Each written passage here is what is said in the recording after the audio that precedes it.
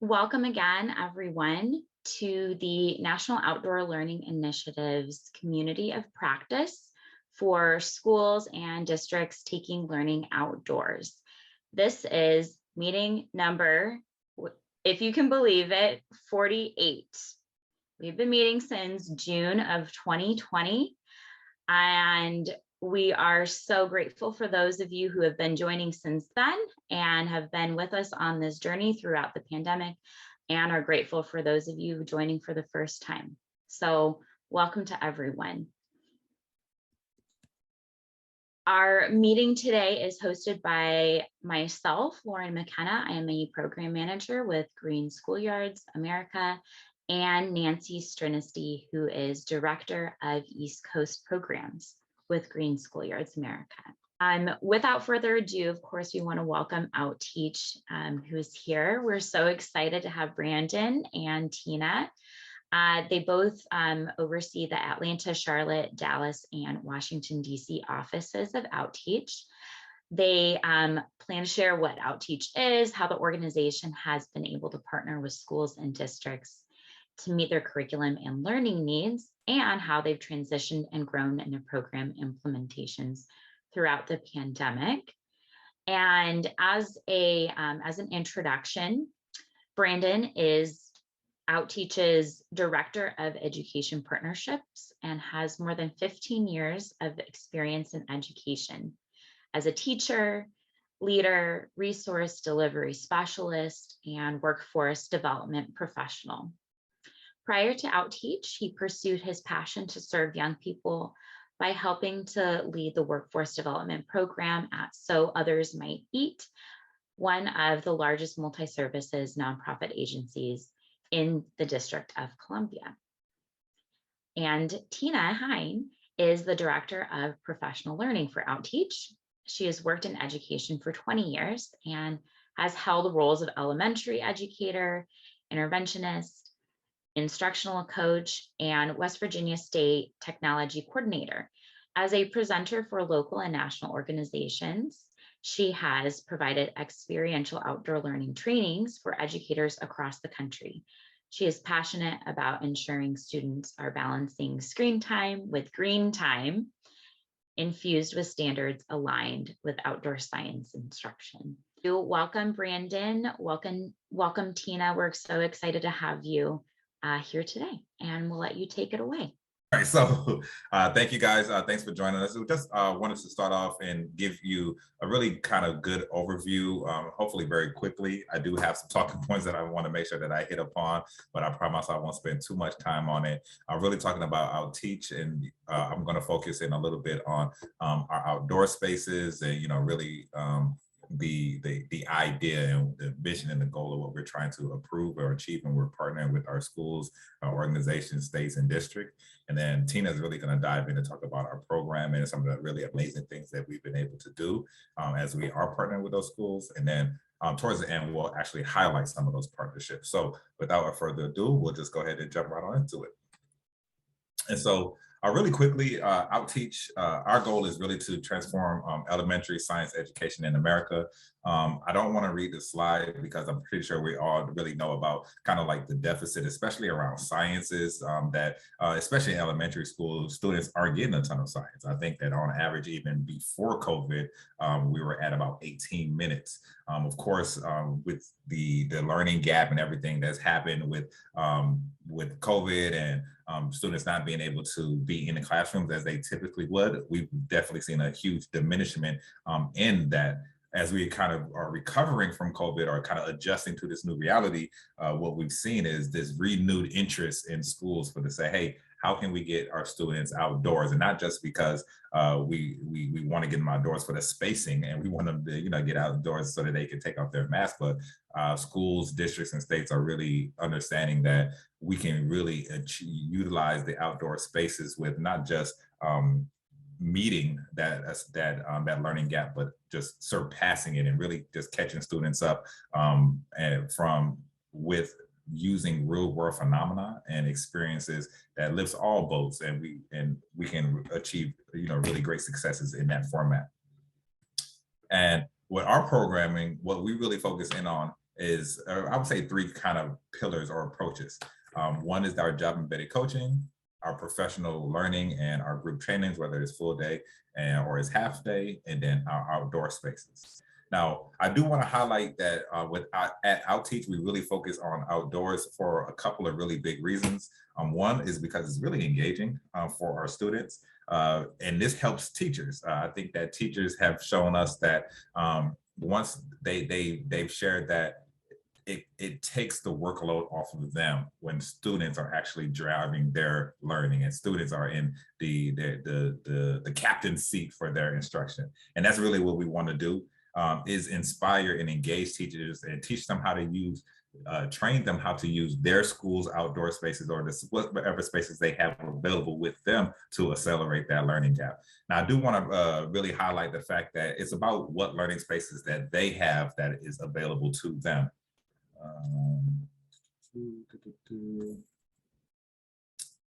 So again, so that they use those spaces that's available to them. A lot of times there's this idea that you have to have like really huge fields or, streams and lakes and pathways in order for you to get the maximum effort from your outdoor spaces. And that's simply not true.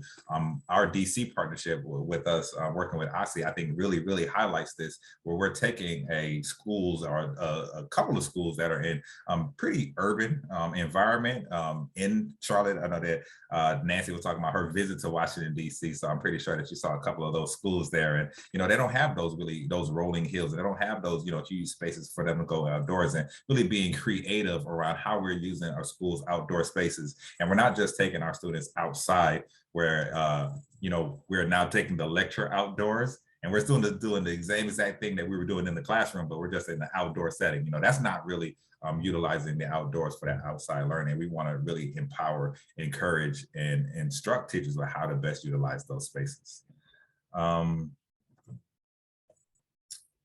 And there was one more thing I wanted to make sure that I shared out. And that is really about how when using those outdoor spaces for our students and our teachers, I think it really hits home for them, because utilizing those outdoor spaces have been able to close those gaps in that learning, because they're having a chance to have authentic literacy. They have real world math. They're also engaging and building on their collaboration skills. We're putting them in the driver's seats. We're making them the scientists, and really the teachers are kind of taking a back seat and having that consultative approach to students' learning, which we really want to see, especially as we move through, the science and the learning processes. So I do want to take the time now, because I feel like I'm at my 5 minutes, to talk to Teena and really talk about what our programming looks like as we're talking to schools, as we're talking with districts, and really giving them the support that they need to engage with their teachers.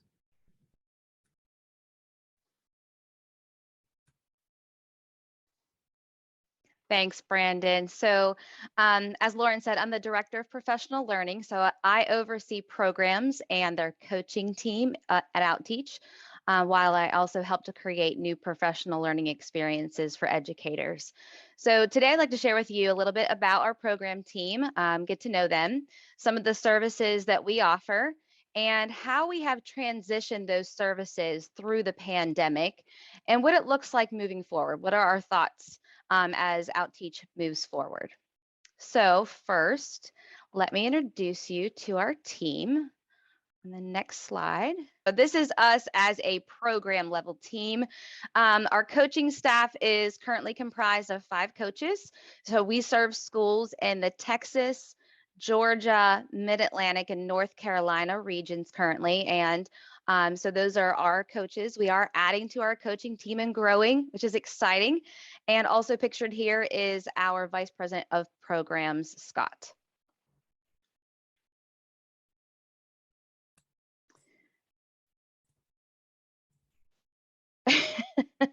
Okay, I think it. There we go. Just a little delayed there. So there are 3 main components to our program offerings. First is our coaching team partners with schools and districts to transform teaching and learning through job embedded coaching, professional learning, and providing free standards aligned resources to our educators. So I'm going to highlight each one of these in the next following slides. First, our job embedded coaching ensures educators facilitate experiential learning outdoors, integrating strategies into their daily instruction to engage all learning styles. So what that means right now for Outteach is even before the pandemic, we were planning for innovative ways to incorporate a hybrid model of coaching to reach more teachers and students across the country.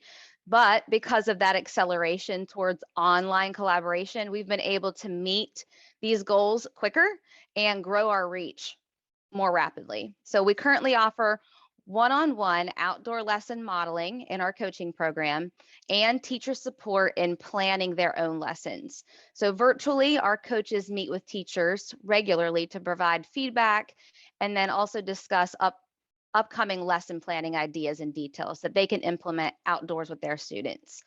And then at the culmination of the entire coaching cycle, educators that are in the cohort collaboratively share their growth, showcase the examples of their outdoor learning experiences that they have facilitated throughout the entire cohort in what we call our cohort capstone. And so on the next slide, another part of our coaching and professional development is professional learning. So group sessions shift the school culture to a more student-driven model to boost comprehension, which in turn helps students achieve state NGSS and Common Core standards. So again, this year we've been able to offer even more group sessions with a hybrid model of in-person sessions, which is now we're able to again and continue to offer virtual group trainings to schools across our regions and even beyond with the virtual option. So our group trainings are topics that are tailored to the needs of the group, whether it be a school, a group of teachers, or a district, in order to reach their specific needs and goals. And so additionally, in addition to those school and district trainings, we've offered this year a PLC. We've been able to offer this ongoing professional learning community in a virtual setting, and this is with educators all across the country. So because of this, we've been able to continue to broaden our reach with professional learning offerings. And then the last component of our programming is Outteach provides teachers with free standards aligned lesson plans across all subjects in elementary grades. So we use a platform called OER, OER Commons, where we are able to house our free lesson plans, which are all rooted in outdoor phenomena investigations. Some of the lesson plans have embedded instructional videos that are created by our Outteach coaches, and those videos model outdoor learning investigations for teachers. Again, all free to access.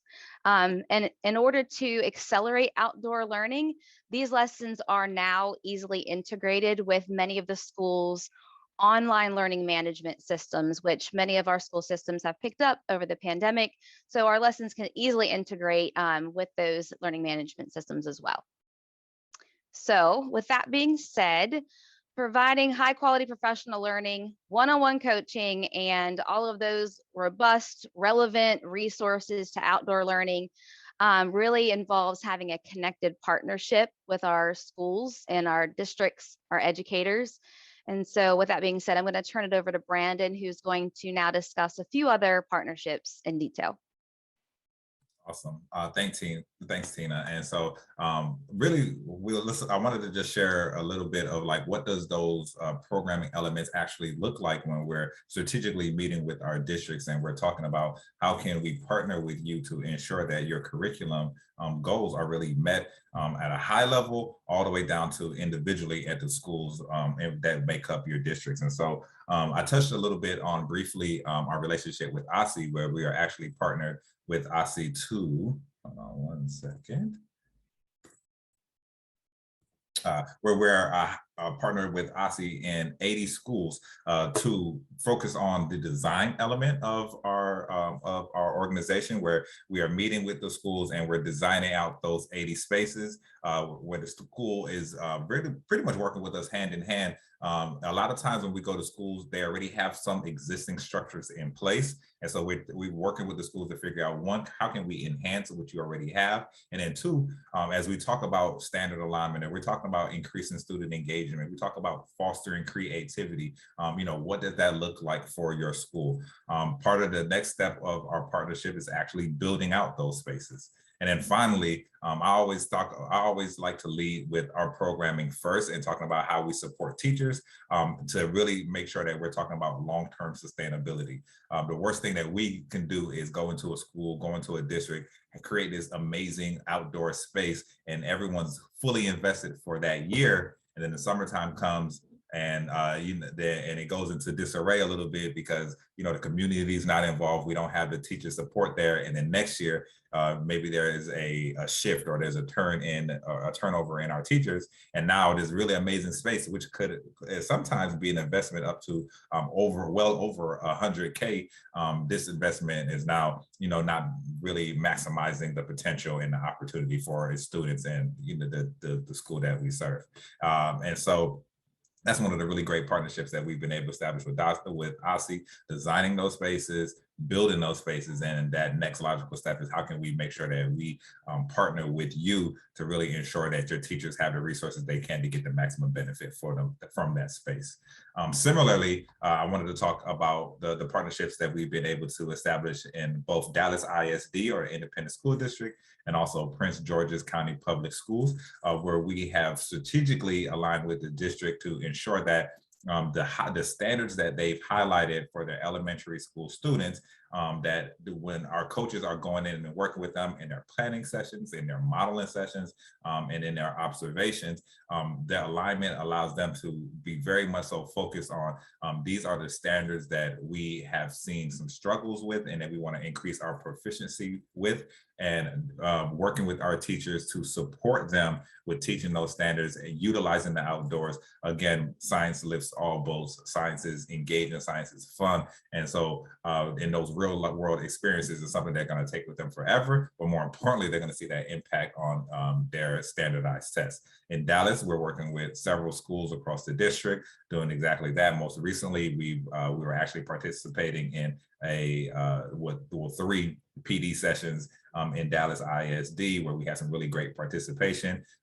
Actually last week wrapping up. And in Prince George's County, we are working with 22 teachers across, I believe, 12 schools within a year of planning sessions, again, specifically aligned to the standards that the district is looking to increase their proficiency, and working with their teachers to give them those skills that they need. The other thing I do want to highlight is anytime that we come into a school, we don't take extra time away from our teachers, especially now with COVID going on, especially with a huge amount of just turnover and period.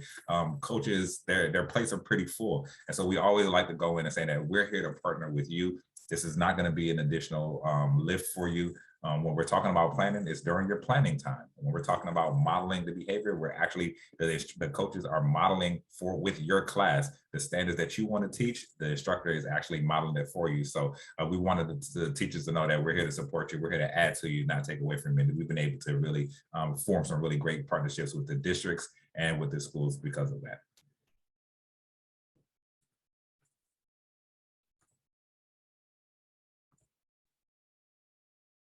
And let's talk a little bit about moving forward.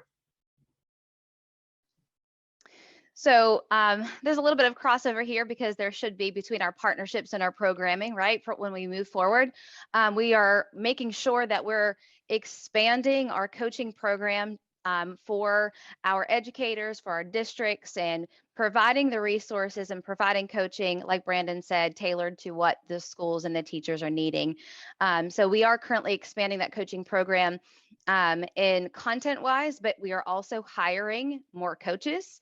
So we are expanding in that way as well, because we see an increased demand for professional learning and outdoor learning engagement. So we're also offering a full year PLC online. We did that for the first time this year, and it's been successful. We're going to continue to offer a full year PLC.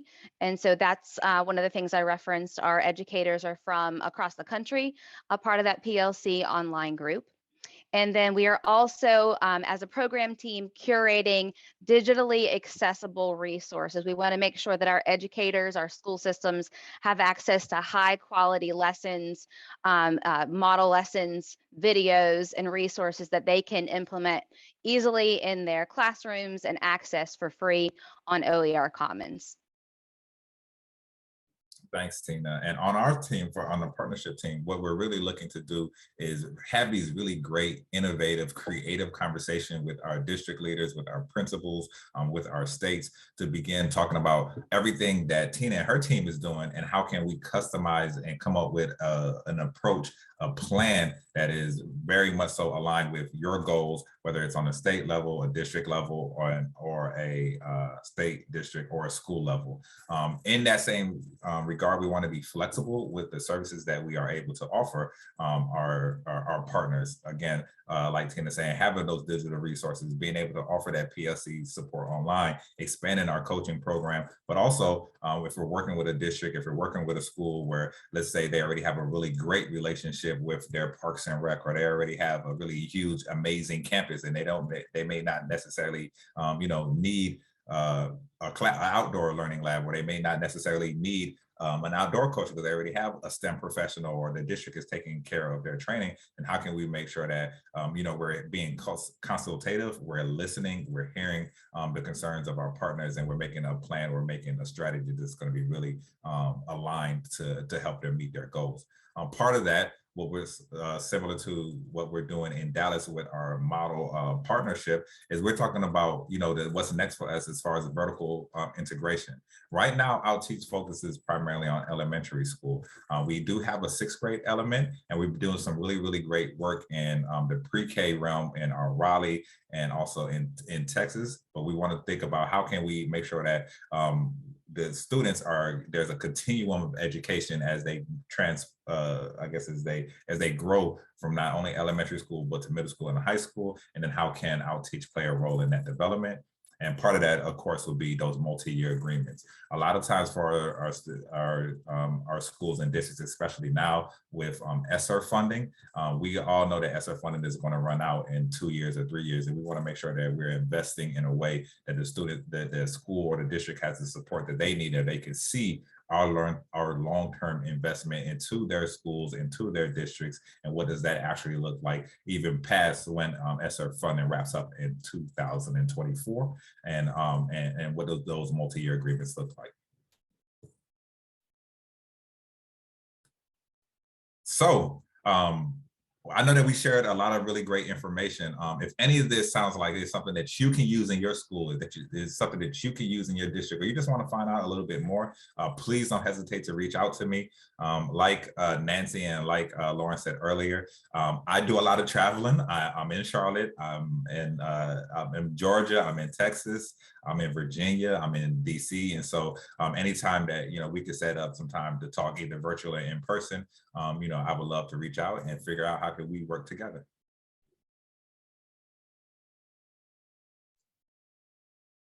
Thank you so much, Brandon and Teena. And if you're able to put your contact in the chat, that would be wonderful. Thank you for sharing. We have a little bit of time for some Q&A. There's a few questions in the chat. One is, how do educators connect with your professional community and other resources? And you did speak to that a little bit, but maybe how do they initially connect? Is that what you mean, Nancy? Currently, our PLC was by application. So for this year, educators in schools participated in the PLC through our online application process, and that started in the PLC started in September. So the application process opened up much earlier than that. So be looking for that information to be coming out soon. I know that we're getting that disseminated very quickly. So I'm excited with the new changes that we're going to be making to our PLC for this upcoming year, and adding some more professional learning communities outside of the PLC as well. So those haven't actually been completely pinned down and put out yet, but be looking for that information very soon. So there are schools that and districts that you have a formal relationship with, but then is the PLC open to other teachers just across the country, I think was what you mentioned. Okay.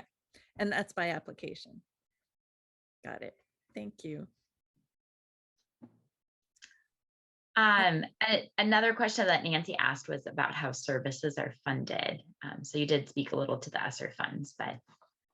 Oh, so I do want to highlight also that Outteach is an amazing nonprofit also. So I would say that it's a lot of times, especially for when we're talking about like our outdoor spaces and things of that nature, we ask the school to have an investment in some of the resources that we're bringing to their school, but largely our program or our operation is we have a ton of corporate support. We're always applying and going after grants and partnerships with our schools. And so I do want to make sure that I highlight that Outteach is a nonprofit space. Carolyn has a couple questions, and one is about the teaching resources and whether or not they're open to other teachers or just the schools that you work with. So I just saw that question, and I posted in the chat the link to OER Commons, which is where our free lesson plans, the videos I referenced to, are housed. You can go in and search lessons by Outteach, and anyone is able to access those. You can sign up, just create a free account with your own school given or personal email, and you can browse and download those lessons through OER Commons. She also asked which LMS you integrate with. Awesome. So for our programming, go ahead, Teena. I was just going to speak to OER Commons. Through OER Commons is where you can integrate that. It's not so much Outteach, it's OER Commons houses the lessons. And so in specifics, they do have an integration with Google Classroom. And I believe Clever, OER Commons integrates with Clever, which I know a lot of schools have that single sign-on through Clever, through a lot of other platforms. So it integrates, cross-platform that way.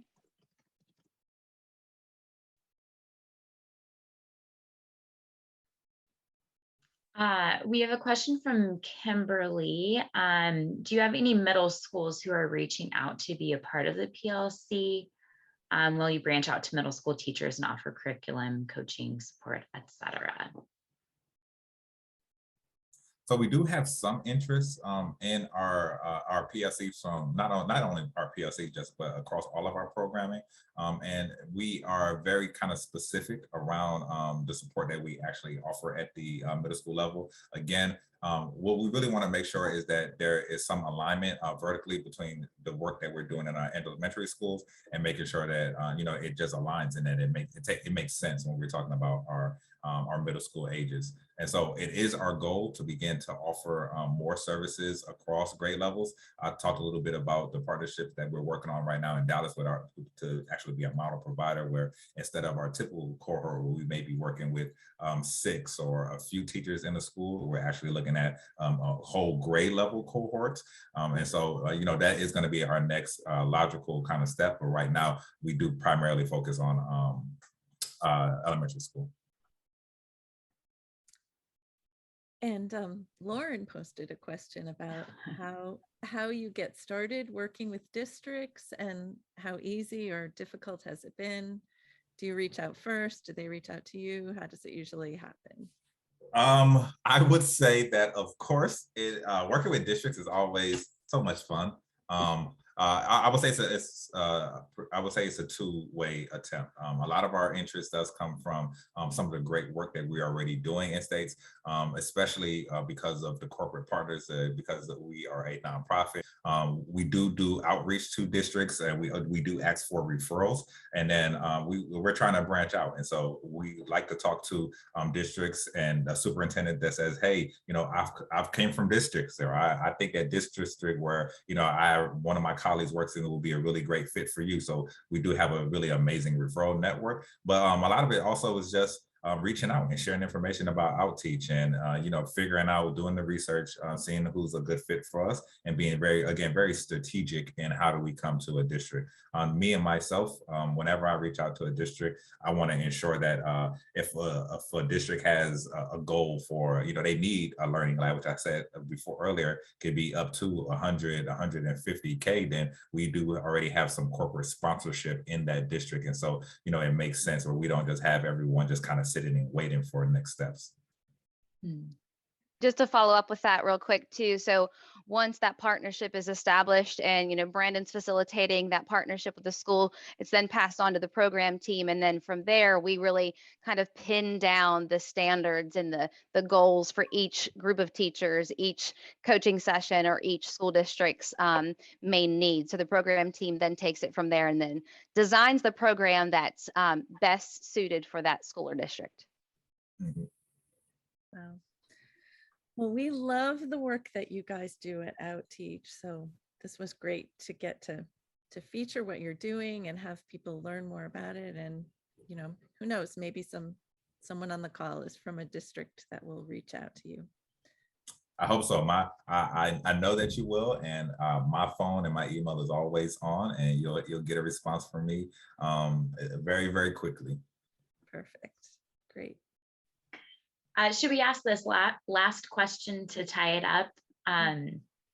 So there's one more question, and I think in addition to this question, I'd love to hear if there's any personal reflection from either of you about the impacts of the program. So Stephanie asks, how many garden experiences per student per year do you aim for?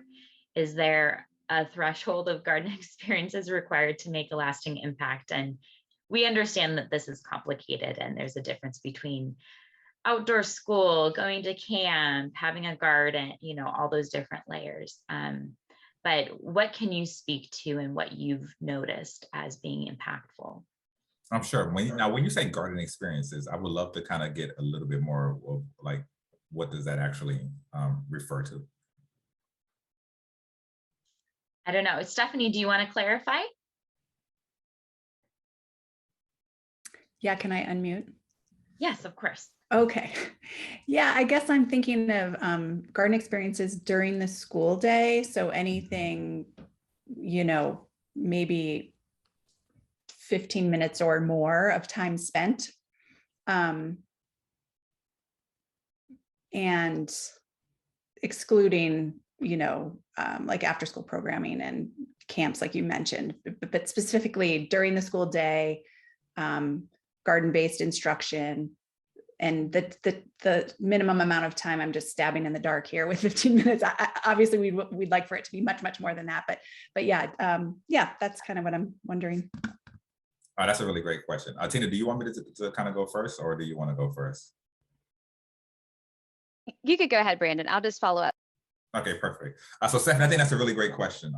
Earlier we kind of like highlighted that even before COVID, students were only getting about 18 minutes or less of science instruction, period. And of course, with COVID, that number severely dropped. And then now we're seeing schools have this, huge push to get students outdoors. And so when we talk about a kind of like a specific amount of time, I would say that the reason that we do focus in on science, and the reason that we want to get teachers the kind of the confidence to teach outside, is that we don't want it to be limited to, a specific subject. We don't want it to be limited to only math, only science. We want them to understand that they can use the outdoors and their outdoor spaces to really lift all of the boats. And once they're going outside and they're using those garden beds for science, and as they're dividing it up, they can use it for math, and as they are labeling the plants, they can use it for ELA, and if they need to take a break and walk through the garden, that has that SEL impact. And so what we really want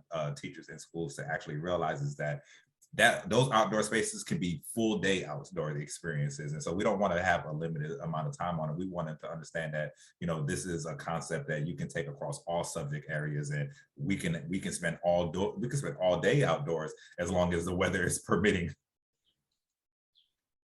And that's kind of where we want to shift our teachers to really, begin thinking about it. Yeah, and just to follow up with what Brandon is saying as well. So our coaches don't just work with teachers who teach science.